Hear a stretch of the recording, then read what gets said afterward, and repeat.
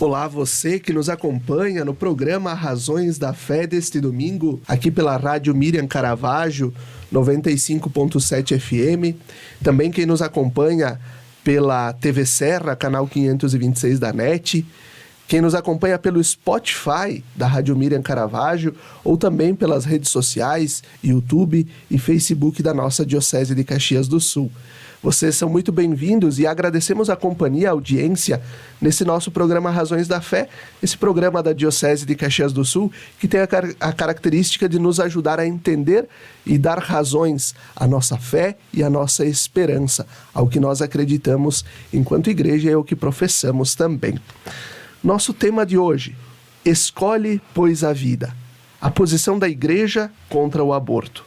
Nossos convidados, o padre Leandro Teles, que é padre da nossa Diocese de Caxias do Sul, com formação em Filosofia e Teologia, mestrado em Teologia Sistemática pela Pontifícia Universidade Católica do Rio Grande do Sul e doutorando em Teologia Moral pela Pontifícia Universidade Lateranense de Roma. Olá, padre Leandro, obrigado pela tua presença. Muito bom dia e uma saudação a todos os que acompanham o programa Razões da Fé. E temos como convidada a Fabiane Paza, graduada em Psicologia e mestre em Teologia pela Pontifícia Universidade Católica do Rio Grande do Sul, assessora de diversos cursos, encontros e formações nas paróquias e comunidades da nossa diocese, coordenadora da Pastoral Litúrgica na Catedral Diocesana Santa Teresa d'Ávila, em Caxias. Olá, Fábio, obrigado pela tua presença. Olá, Felipe. Olá, minha saudação também aos ouvintes da rádio. E estamos aqui mais uma vez com muita alegria. Padre Leandro, lá em 1995, eu tinha um ano, quando São João Paulo II, né, o Papa João Paulo II escreveu a encíclica Humanae Vitae, ou melhor... Evangelium Vitae, perdão. Humanae Vitae é de Paulo VI. Isso, a Evangelium Vitae. Ele nos dizia: a igreja sabe que este evangelho da vida, recebido do seu Senhor, encontra um eco profundo e persuasivo no coração de cada pessoa, crente e até não crente, porque ele se supera infinitamente nas aspirações, também lhes corresponde de maneira admirável. Mesmo por entre dificuldades e incertezas, todo homem sinceramente aberto à verdade e ao bem pode, pela luz da razão e com o secreto influxo da graça, chegar a reconhecer na lei natural, inscrita no coração, o valor sagrado da vida humana, desde o seu início até o seu termo, e afirmar o direito que todo ser humano tem de ver plenamente respeitado este seu bem primário. Sobre este reconhecimento de tal direito é que se funda a convivência humana e a própria comunidade política. Diante disso, Padre Leandro, por que a Igreja manifesta sempre de um modo firme, de um jeito firme, a sua posição a favor da vida? Essa citação que você faz de São João Paulo II na Evangelium Vitae, realmente ela é fundamental para nós compreendermos a posição da Igreja a favor da vida, a importância desse tema hoje e sempre, mas especialmente hoje, né? Então, veja que é um documento de 95, mas que é sempre atual, cada vez mais atual, né? É realmente foi e é uma encíclica profética, né? Profética, porque continua denunciando um grande problema social, né? Que é, sim, um problema de saúde pública também, é um problema de políticas públicas, é um problema da cultura do nosso tempo, que São João Paulo II, nessa encíclica, vai denominar como cultura da morte, né? Fazendo uma crítica muito profética e muito forte a essa cultura da morte.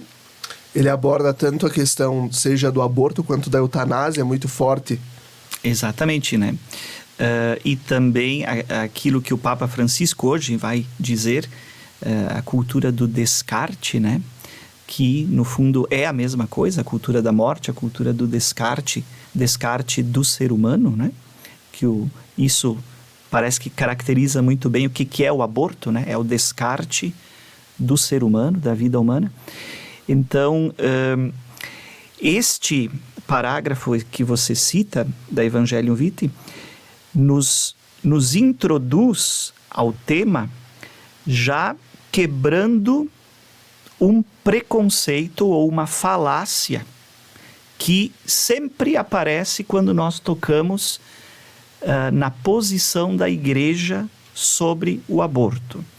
Ou seja, se fala que a igreja se pronuncia, toma posição ou diz alguma coisa sobre o aborto, sempre com uma visão estritamente religiosa, né? Sempre falando de um ponto de vista da crença,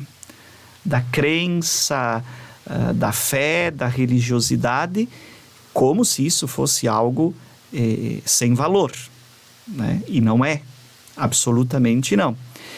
Mas aqui, São João Paulo II disse, você leu para nós, que não, que isto é um assunto, é um tema de reflexão, e é uma posição, essa posição que a igreja sustenta a favor da vida e, portanto, contra o aborto, não parte unicamente do ponto de vista da fé cristã.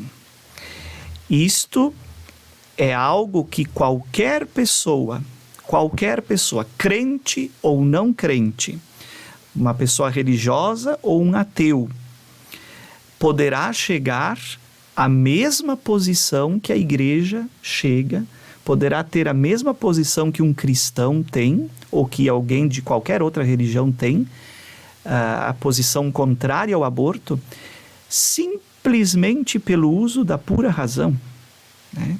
A simples razão, como ele bem disse, a simples razão nos conduz nessa reflexão e nos conduz a essa posição de defender a vida, de ser contrário ao aborto, porque trata-se primeiramente de uma questão não religiosa, primeiramente, mas de uma questão antropológica.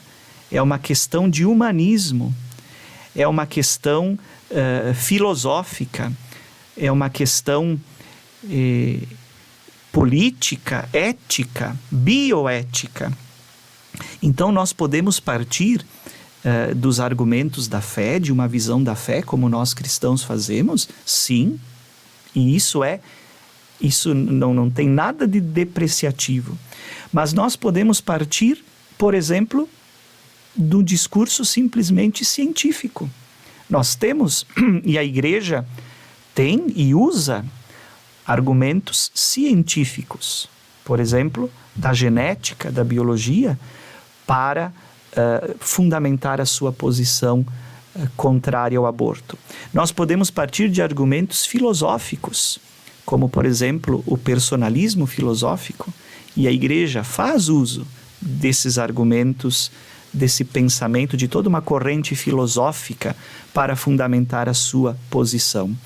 Podemos partir de argumentos éticos, de argumentos políticos, enfim, é um discurso e é uma posição que a igreja adota que está fundamentada em diversos campos do conhecimento humano, do saber, para justificarmos e para sustentarmos a posição da igreja a favor da vida. E isso é um outro aspecto que eu coloco e termino essa minha fala. Não se trata de um discurso contra, né? Não é que a igreja é contra o aborto, é contra isso, isso é outro preconceito que nós precisamos colocar de lado quando vamos para um diálogo honesto e justo. Não se trata de caracterizar a Igreja Católica ou o cristianismo como aquele que é sempre do contra. Não, é justamente o contrário. A Igreja é a favor Da vida. da vida. A posição da Igreja é um grande sim ao ser humano, à vida do ser humano, a um outro tipo de cultura, uma cultura da vida. Nós somos anunciadores do Evangelho da vida. É um Evangelho, é uma boa notícia a um mundo que vive numa cultura de morte, numa cultura do descarte. Nós somos aqueles que anunciamos a vida. É a voz que grita no deserto. Com certeza, exatamente. E aqui eu acho que é importante a gente trazer... Eu recordo, durante a pandemia, nós tínhamos uma campanha muito forte da CNBB, Toda a Vida Importa. Né? É sempre a favor da vida. E aqui vai a pergunta para a Fábio, né? O que é de fato ser a favor da vida? Né? É ser contra o aborto, mas a favor da pena de morte? Como lidar com os argumentos? E aqui, nessa polarização política que a gente está vivendo, em todo esse processo, a gente é contra o aborto, a vida, nós somos a favor da vida aqui, mas acolá nós somos, tem que matar, né? Nós somos, muitas vezes, a postura é de dizer, não, aqui é vida, mas lá é morte. Então, como a gente pode tratar desse assunto? Como é ser de fato a favor da vida? É realmente, parece mais, por ser um bebê no ventre, né? Por ser um feto, por ser uma célula fecundada, parece que as pessoas se comovem mais ao ser assim, os que são, né, e nós somos, claro, a favor da vida e contra o aborto.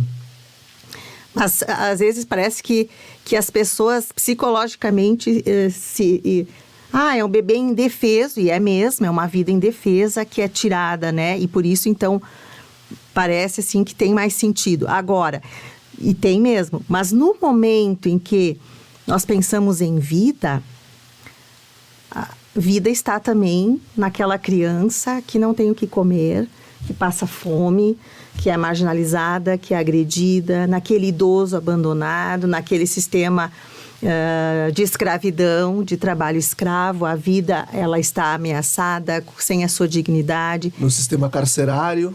No sistema carcerário, em relação à pena de morte, né? Então, o cristão, ele, se ele for a favor da vida, ele para ser coerente, ele tem que ser, e a igreja é a favor da vida em todas as suas dimensões. Então, não é que a igreja defende bandido, como se costuma dizer, direitos humanos, defende bandido, né?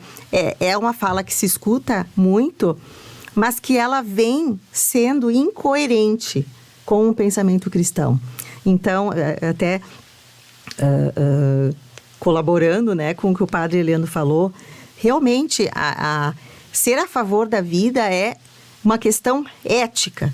Eu estranho quando alguém da área da saúde, por exemplo, e eu sou da área da saúde, mas que cuida de pessoas, que diz amar pessoas, que jurou proteger a vida humana, e daqui a pouco essas pessoas são a favor da morte em algum momento da vida, né? Então, até as pessoas costumam dizer assim, mas se teu filho fosse assassinado, e de repente, quantos casos dos ouvintes que estão ouvindo passaram por isso, né? Um filho que morreu num assalto, uma criança que sofreu um estupro. Ao nosso olhar, primeiro, emotivo, racional, no sentido de fez errado, tem que ser punido, teria uma lógica, mas nós somos a lógica de Jesus Cristo. A lógica do Evangelho não é essa, né? Jesus foi morto pela pena de morte da época. A crucifixão, né, ela era a pena de morte da época. E temos o exemplo de nosso Deus, de um inocente. Quanto aconteceria isso no Brasil? Né? E tem realmente estatísticas dos países que têm a pena de morte, que não diminui a violência, não diminui os crimes. Então, pela lógica de Jesus, pela lógica ética da vida, eu vim para que todos tenham vida. Então as pessoas dizem, se fosse teu filho, né, que é assassinado, claro que nada disso se tira. A raiva, a dor, a indignação, o desejo, sim, que essa pessoa seja punida, que ela pague pelo que ela fez. Mas eu pensar que ela precisa ser morta, eu estou, além de ser Deus, querer estar no lugar de Deus, eu estou também querendo fazer o meu julgamento e impedindo até que essa pessoa permaneça nesse mundo e ou se converta, ou se arrependa e seja punida de uma forma, vamos dizer, não sei se existe uma forma digna de ser punida, mas enfim... Na forma da lei. Na forma da lei, na forma social que nós vivemos, né? Então, por isso, nós temos que ser a favor da vida em todos os sentidos. Perfeito. E justamente, eu acho que é importante a gente... Essas duas perguntas, elas fecharam entre si, por quê? Né? Por que o posicionamento da igreja sempre a favor da vida? E num tempo que a gente está vivendo de polarizações, né? Né? Qual é a posição de um católico, né? Sobre a vida do indefeso, mas a vida como um todo? Padre Eleandro, para concluirmos esse bloco, quais são as maiores ameaças à vida humana? Penso que a Fábio, inclusive, citou, né, algumas dessas grandes ameaças que nós estamos vendo hoje no nosso tempo, né? O aborto, com certeza. Essa é uma ameaça das maiores, né? E perene. Né? Outras ameaças que nós vemos, a questão da eutanásia, né? Que também é abordada na encíclica Evangelium Vitae, mas a questão, isso que a Fábio levanta, que nós chamamos de mistanásia. A mistanásia, ou seja, a morte de pessoas por questões de miséria, né? De insegurança alimentar, de falta de acesso àqueles fatores básicos, fundamentais para a saúde, para a vida, né? Alimentação, higiene, o acesso à saúde. E a pandemia nos mostrou isso muito fortemente, né? O acesso à saúde. Então, todas essas condições sociais, de políticas públicas que não atendem às necessidades básicas de saúde da população, desde questões muito básicas, né, de higiene, de alimentação, saneamento básico, por exemplo, né?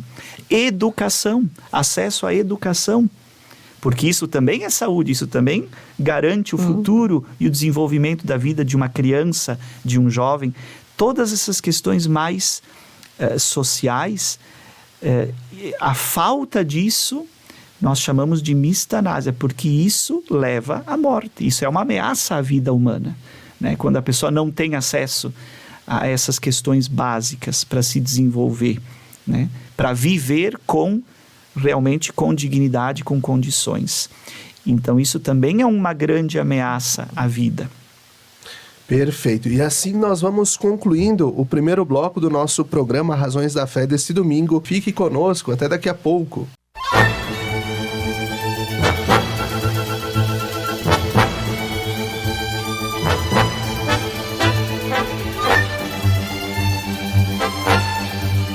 Estamos de volta com o segundo bloco do nosso programa Razões da Fé deste domingo, com o tema Escolhe, pois, a vida, a posição da igreja contra o aborto.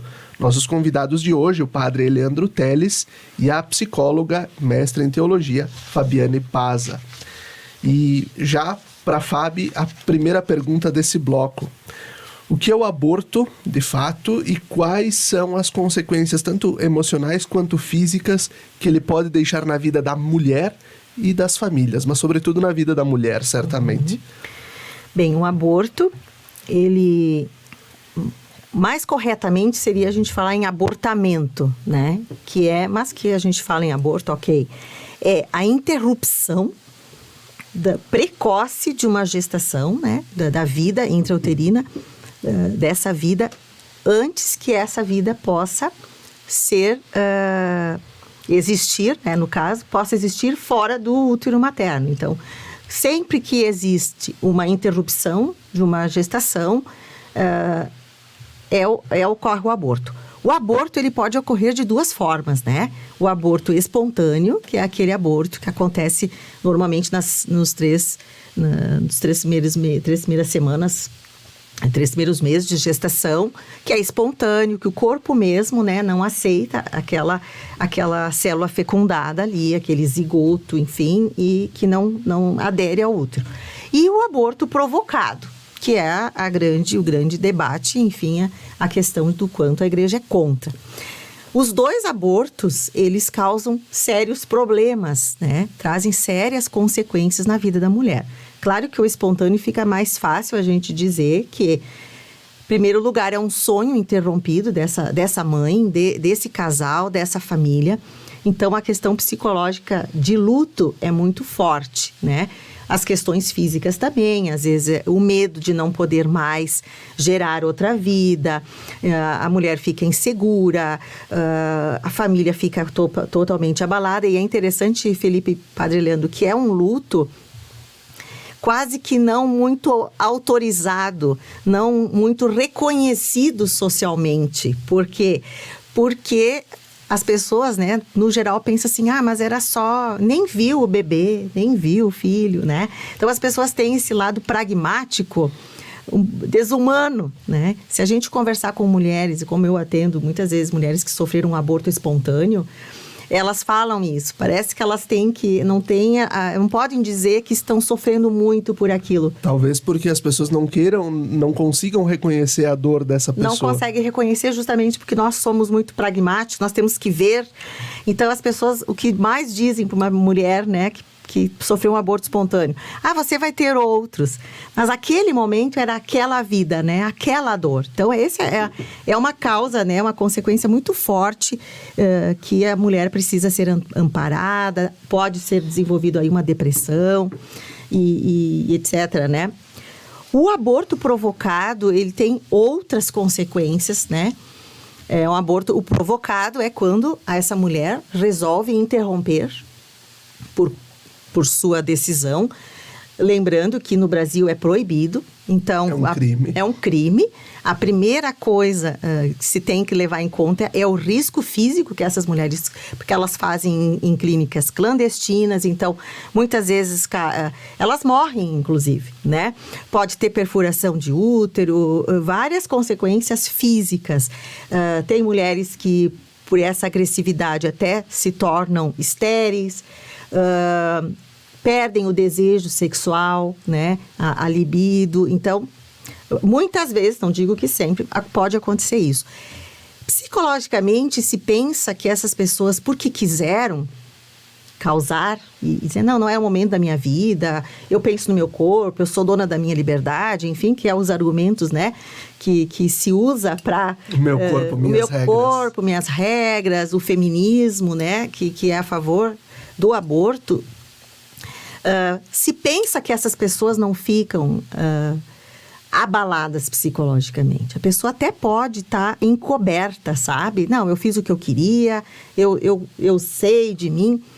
Porém, a estatística mostra que traz sim consequências, mesmo que seja anos depois. Consequências como o quê? Essa pessoa ela vai sempre ver a uma outra criança e ela vai lembrar. É impossível não lembrar que idade poderia ter esse filho que ela interrompeu, né? O grau de suicídio, ele aumenta 14 vezes em casos de mulheres que provocaram, não os abortos espontâneos, né? Mas que provocaram o aborto. O emocional, a parte psíquica, ela fica abalada. Não digo no momento ali. Às vezes, no auge da sua vida, ela quer curtir, mas isso depois tem a sua consequência. Poderia falar de mais coisas, mas em resumo é isso. As coisas mais graves, né, que possam acontecer.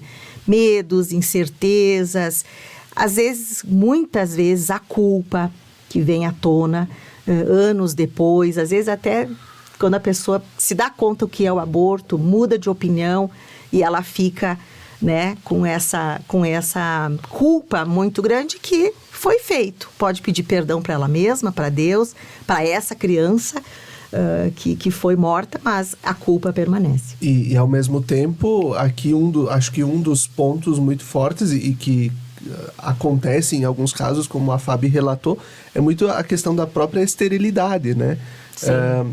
Em certa altura da vida, a mulher não queria, né? Pode ter provocado o aborto, mas depois, quando desejava ter um filho, já não consegue mais. E outra coisa que também se comprova é que aumenta os maus tratos dos outros filhos. Se é uma mulher que já tem outros filhos e que comete o aborto, o clima, o conflito familiar, ele se instala de uma forma muito mais intensa. É como se ela tivesse que também punir esses filhos que estão vivos em vista daquele que ela abortou. Então, isso não sou só eu que estou dizendo, existem estudos em outros países também, principalmente nos países que o aborto é legalizado e que se pensa isso, né? E que se estuda isso, e a questão do suicídio é altíssimo. Perfeito. Eu acho que essas coisas são importantes a gente trazer porque elas nos colocam numa realidade, né? Não é algo que a gente está falando das nuvens, né? Mas algo que nos insere numa realidade. Padre Leandro, qual a posição moral da igreja sobre a questão do aborto?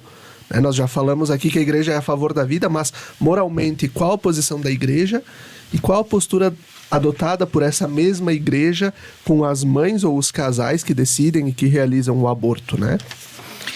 Eu até, para responder essa pergunta, quero fazer uso aqui de um subsídio doutrinal da igreja que foi preparado pela Comissão da Doutrina da Fé da CNBB.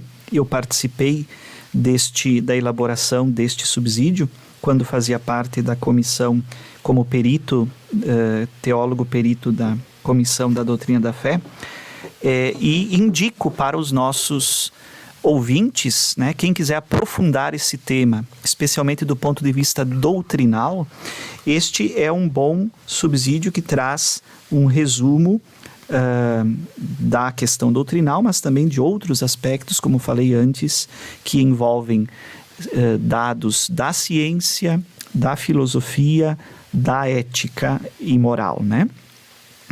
Então, qual é a posição doutrinal da igreja? A igreja é contra o aborto, o abortamento, porque a igreja compreende, amparada pela genética, pela embriologia e pela filosofia, a igreja compreende que a vida humana tem o seu início no momento da concepção.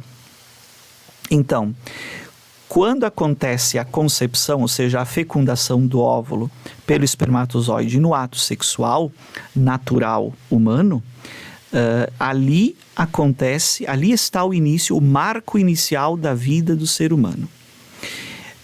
Geneticamente falando, quando os 23 pares de cromossomos estão ali presentes na fecundação do óvulo, né? Acontece o encontro dos 23 pares cromossômicos, ali nós temos o genótipo humano, né? Aí vamos lá para as aulas de biologia do ensino da escola, do ensino fundamental, né? Ali nós temos o genótipo, nós não temos ainda o fenótipo, né? Que é as características que vão se manifestando ao longo da vida, né? No nosso corpo, ao longo do tempo, ao desenvolvimento do corpo humano. Mas ali nós temos o código genético. Tudo aquilo que nós seremos, as nossas características, né, físicas, tudo já está contido naquele primeiro instante da fecundação, né? Desde a cor dos olhos, enfim, todas as características. Então aqui está irrefutavelmente a prova, o argumento de que a vida humana, a vida de uma pessoa, de um indivíduo geneticamente humano, todo programado, está presente no momento da fecundação. Tudo que vem depois disto é o desenvolvimento, são fases já programadas por este código genético a partir da concepção. Então, aqui temos a vida de um ser humano.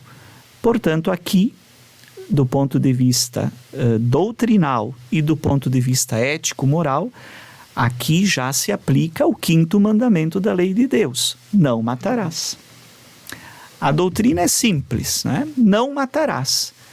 Então, a primeira pergunta que temos que responder é essa: quando começa a vida humana? Respondendo essa pergunta, e a igreja responde, é na fecundação. Então, a partir daqui, não se pode matar, porque é um ser humano vivo. Não se pode interromper. Esse conceito é importante. Não se pode interromper.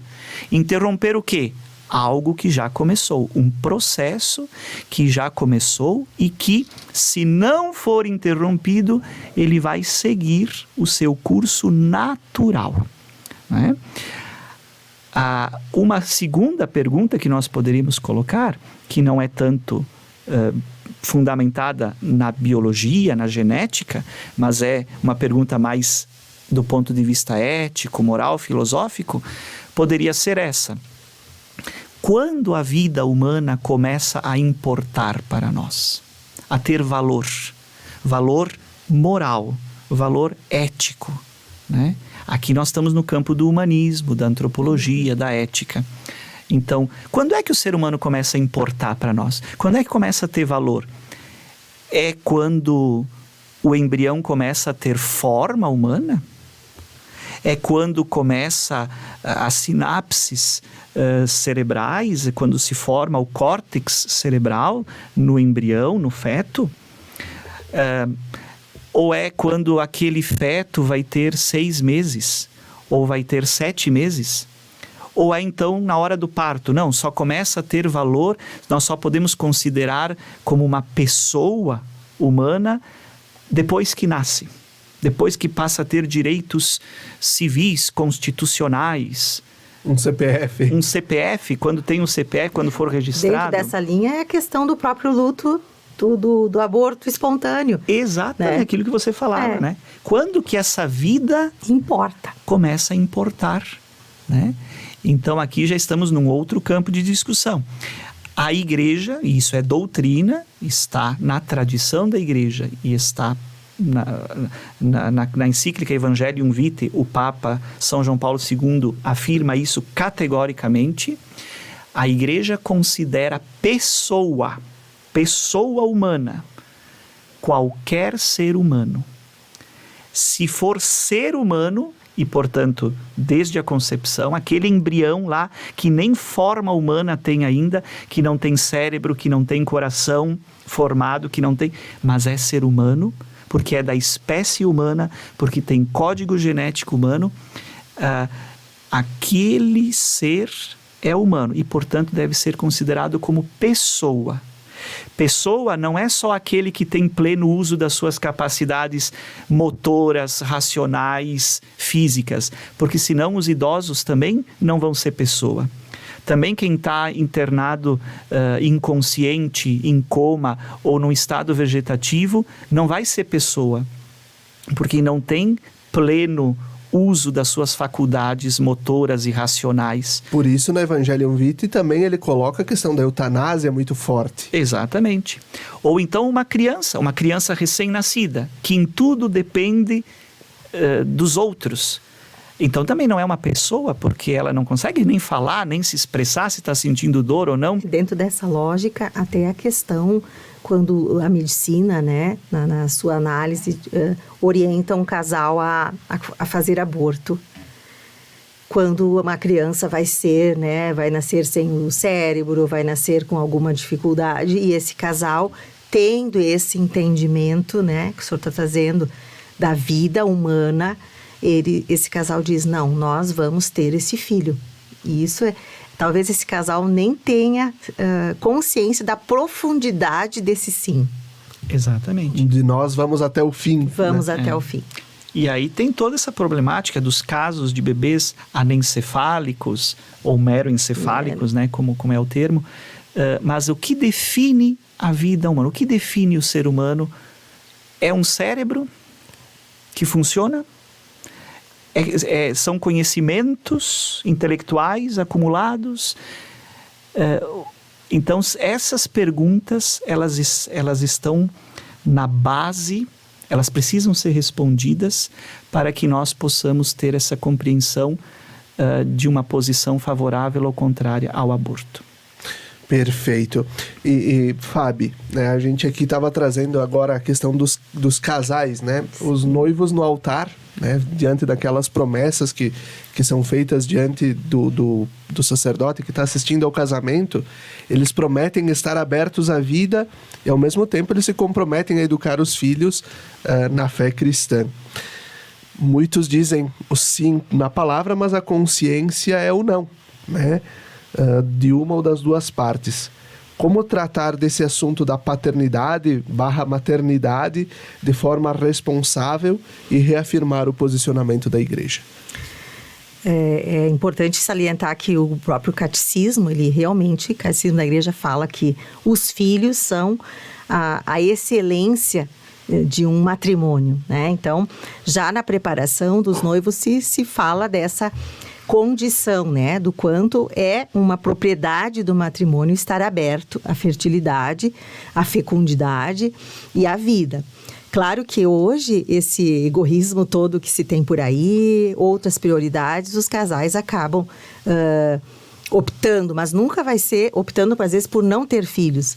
Mas a orientação da igreja, né, do matrimônio, uma das propriedades do matrimônio, que é estar aberto à vida, todo casal católico precisa ter isso em mente. Porém, quando se fala em paternidade e maternidade responsáveis, as pessoas voltam a olhar imediatamente para o que a igreja não é a favor, que são os métodos contraceptivos. Artificiais. E aí nós temos que olhar justamente isso. A igreja pede que o casal esteja aberto à vida. Porém, em vários documentos da igreja, né, mas que se salienta bastante na Gaudium et Spes, o compromisso o compromisso do casal enquanto saber quantos filhos eles podem educar e criar. Então, a igreja em nenhum momento, às vezes não podemos nos confundir, que a igreja diz, tenham filho à vontade, botem crianças no mundo. Né? Existem algumas pregações errôneas aí, que diz assim, crescei e multiplicai-vos, né? A forma fundamentalista de ver a vida, de ver o casamento. Não é essa forma. O matrimônio, o homem e a mulher, eles precisam ter essa consciência de estar aberto à vida. A igreja é contra qualquer método contraceptivo que não seja natural, porém, a igreja entende que aquele casal, até diz assim, no Vaticano II, né?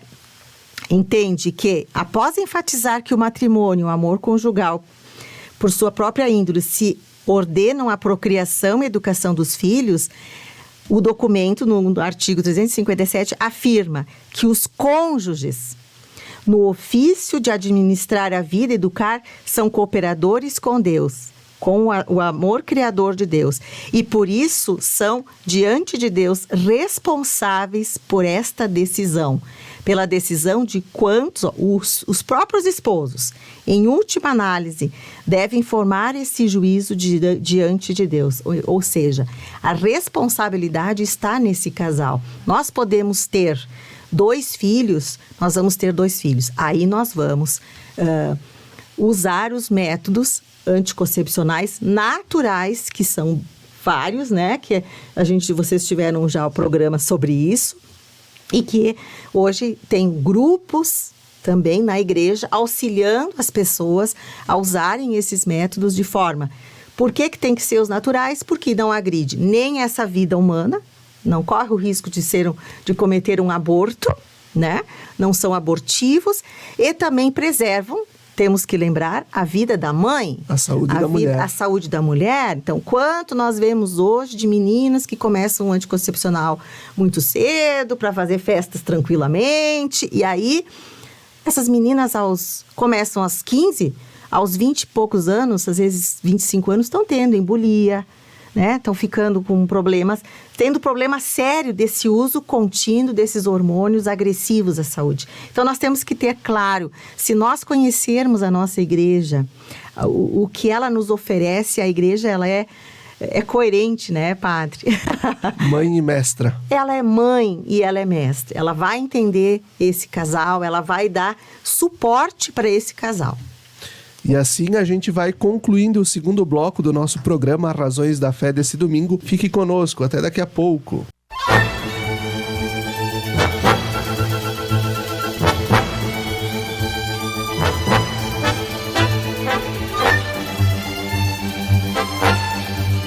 Estamos de volta com o terceiro bloco do nosso programa Razões da Fé neste domingo, com o tema Escolhe, pois, a vida, a posição da igreja contra o aborto. Nossos convidados deste domingo, o padre Leandro Teles e também a psicóloga e mestre em teologia Fabiane Paza, que atua na Catedral Diocesana de Caxias do Sul. Padre Leandro, a igreja ela é contra o aborto, nós já falamos isso nos blocos anteriores, mas ele continua acontecendo. Nós também lá no início falamos que é questão de saúde pública, né? As pessoas com maior poder aquisitivo, muitas vezes elas vão para fora do país, para lugares onde ele é liberado, para ter acesso mais fácil, né? Mas quem é mais pobre, quem tem menos poder aquisitivo, pode ser que vá nos porões, né? Nos porões clandestinos. A Fábio trazia também no bloco anterior. Não seria um momento também de a igreja se envolver diretamente na temática de uma educação sexual dos jovens do nosso tempo, deixando de lado muitas vezes alguma questão puramente moral de dizer não pode porque não pode, né? Mas trazendo de forma clara a posição da igreja de ser a favor da vida sempre, mas com uma pedagogia, um pouco de uma linguagem um pouco mais atual, né? E já emendando, por que a igreja não recomenda os métodos de fertilização in vitro e outros que não sejam naturais? Qual a implicação moral desses métodos que não são naturais? Muito bem. Eu só queria me corrigir ou voltar atrás um pouquinho, porque eu antes indiquei este subsídio, mas não disse o nome. Acabei esquecendo de dizer, né? Então, é da Conferência Nacional dos Bispos do Brasil, né? A CNBB, então nas edições CNBB, e o nome desse subsídio doutrinal é Vida, Dom e Compromisso, Fé Cristã e Aborto. É o subsídio número 13 da Comissão da Doutrina da Fé da CNBB. Aqui, então, tem um bom conteúdo para quem quiser aprofundar. Inclusive, também aqui se trata dessa temática, dessas duas perguntas que você coloca agora.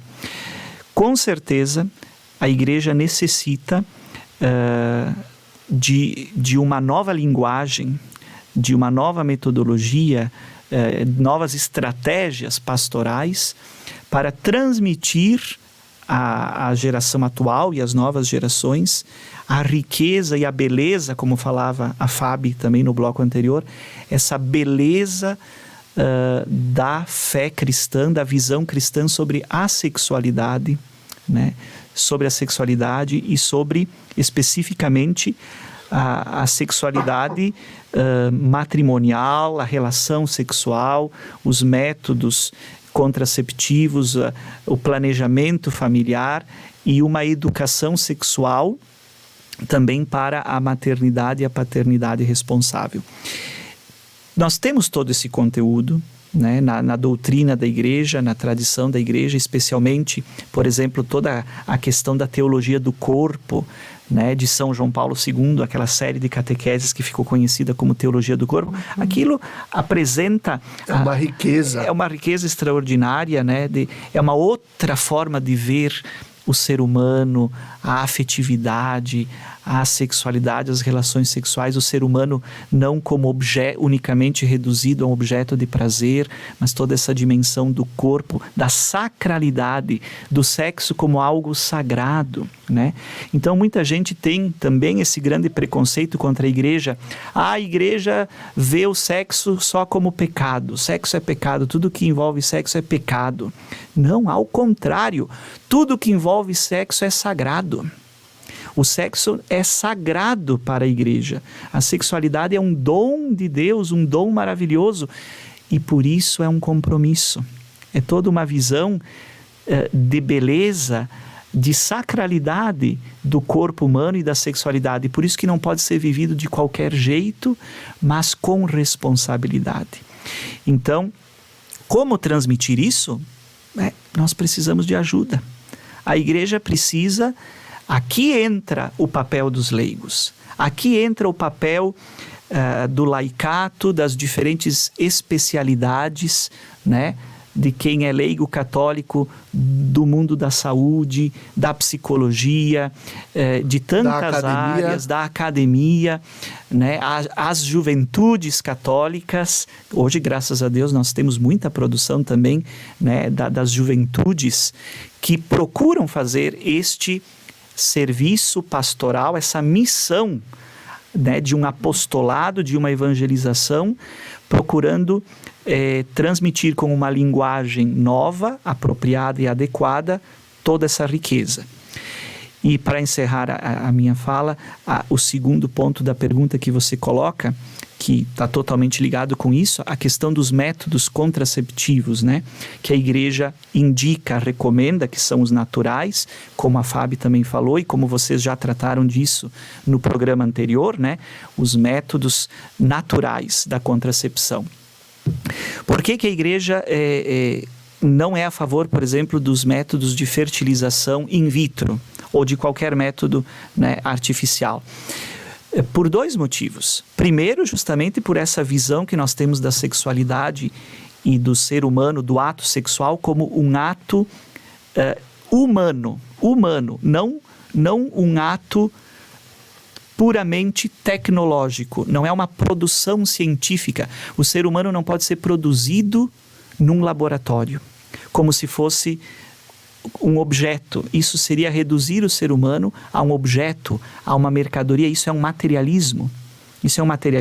Então aqui nós temos toda a problemática da engenharia genética, de poder escolher as características físicas do filho, se vai ser de determinada cor da pele, dos olhos, do cabelo, se vai ter determinadas qualidades, habilidades. Toda essa questão é muito complexa hoje na engenharia genética.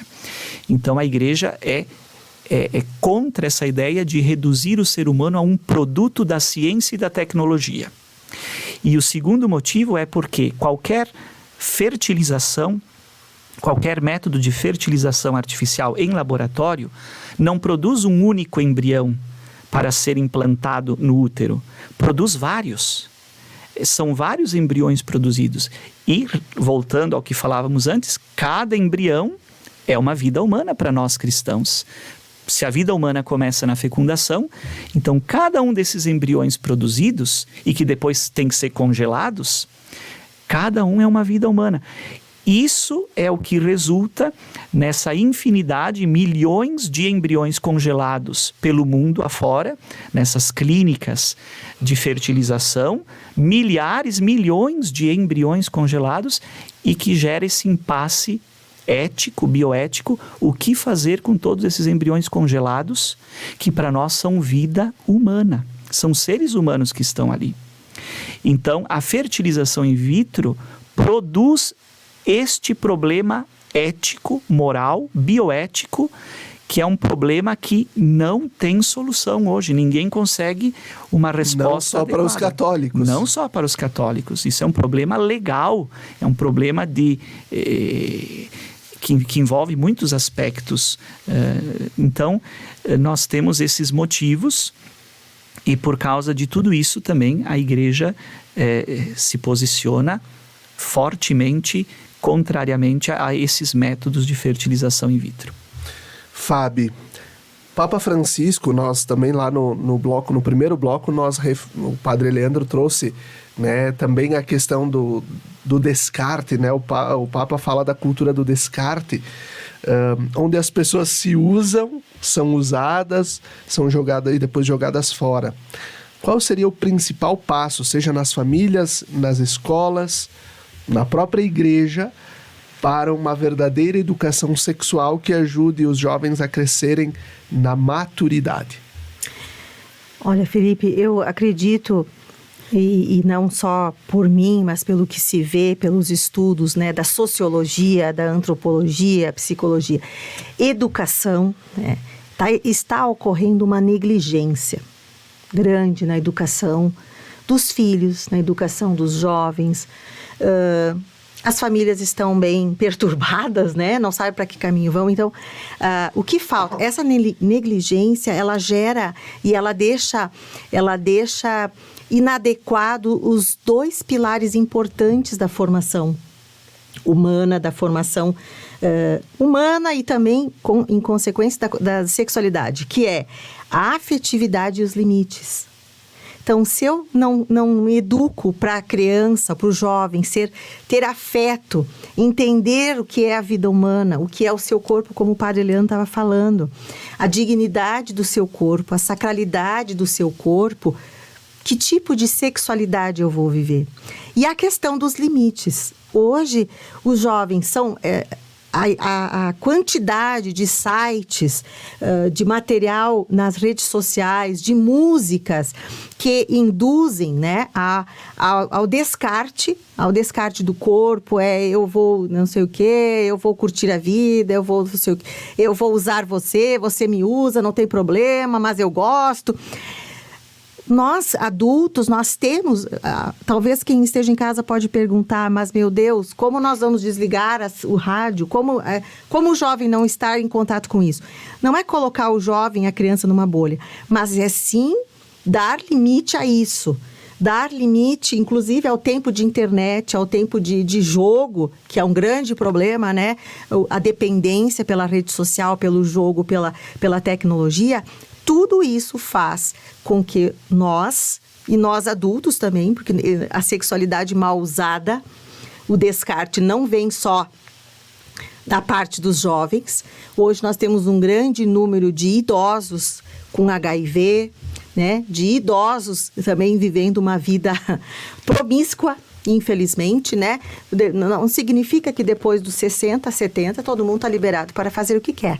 Então, aí a gente vê rupturas e problemas da sexualidade. Então, resumindo assim, educar para uma sexualidade, e isso a igreja tem muito a ajudar. O jovem que participa de algum movimento da igreja, ela dá mais suporte para esses valores, né? E aqui eu acho que é importante, como o Padre Leandro trouxe também o documento, o subsídio doutrinal da CNBB, acerca da fé cristã e o aborto. As edições CNBB também tem 2 volumes que se chama Aos Jovens com Afeto, organizados pela Comissão Episcopal para a Juventude, ainda lá no ano de 2015, se não me falha a memória, que são encontros para grupos de jovens com cartilhas. Então são dois volumes com cartilhas para trabalhar justamente os temas de afetividade e sexualidade dentro dos grupos de jovens, movimentos e pastorais da nossa igreja. A igreja é mãe e mestra, né? Cuida da gente para que nós saibamos nos cuidar e promover a fraternidade e a cultura da vida. Assim nós vamos concluindo o programa Razões da Fé deste domingo. Até o próximo domingo. Fiquem bem.